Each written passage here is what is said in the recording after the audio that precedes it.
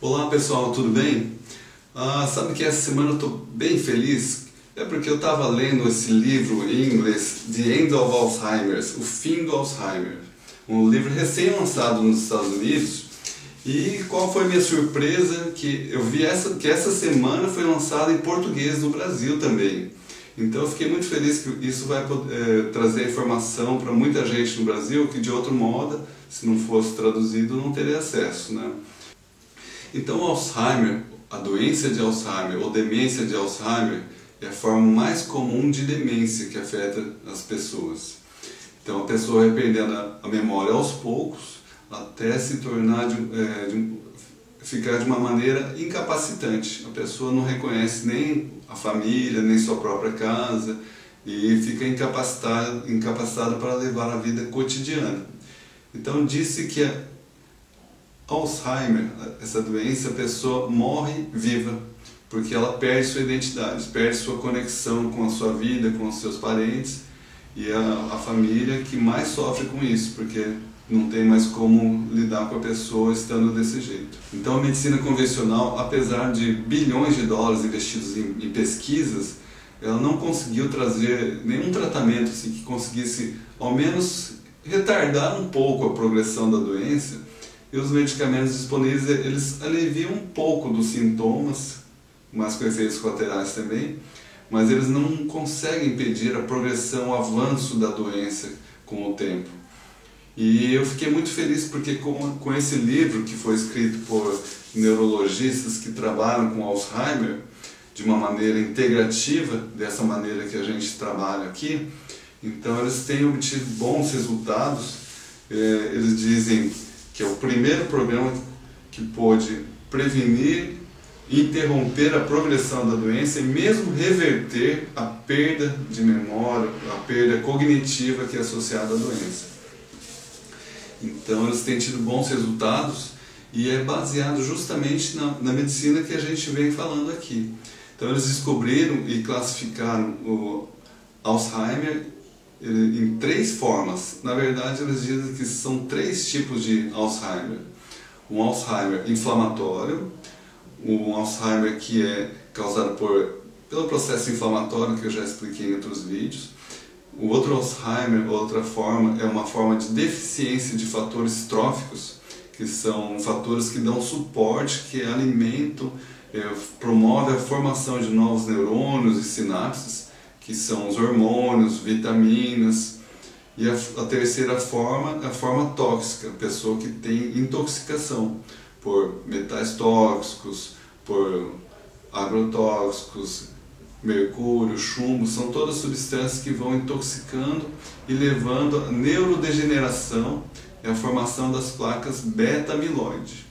Então, a formação das placas beta-amiloide está relacionada a qualquer uma das 3 formas, tanto da inflamação quanto da falta, deficiência de fatores tróficos, como também a parte de toxinas, parte de intoxicação.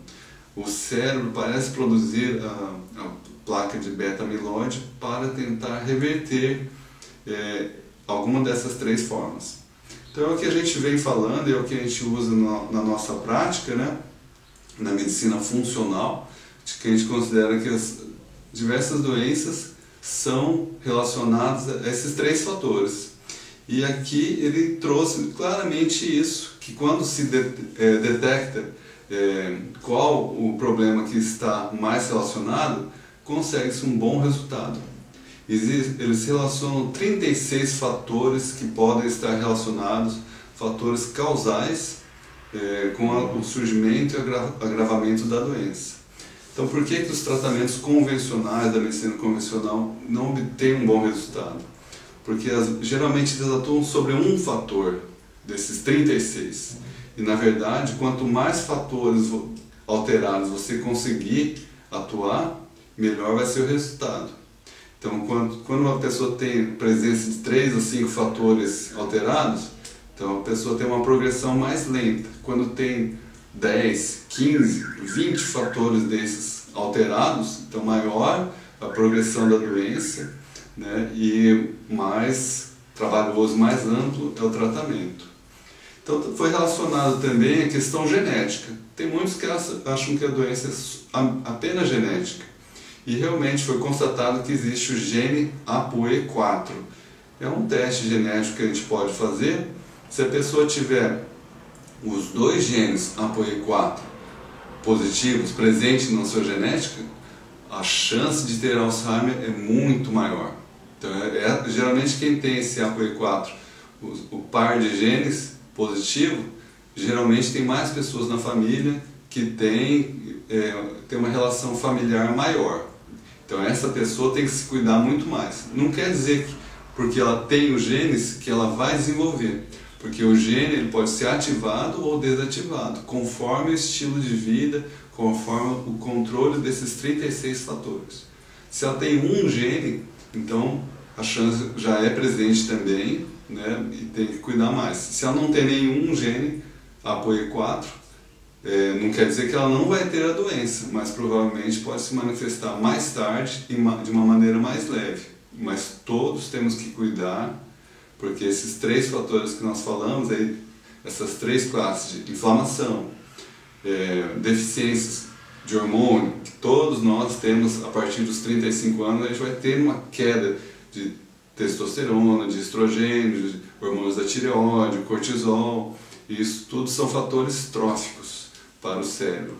E hoje a gente vive num mundo tóxico. Então o ideal é a gente fazer a abordagem dessas questões, mesmo antes que a doença se torne mais grave.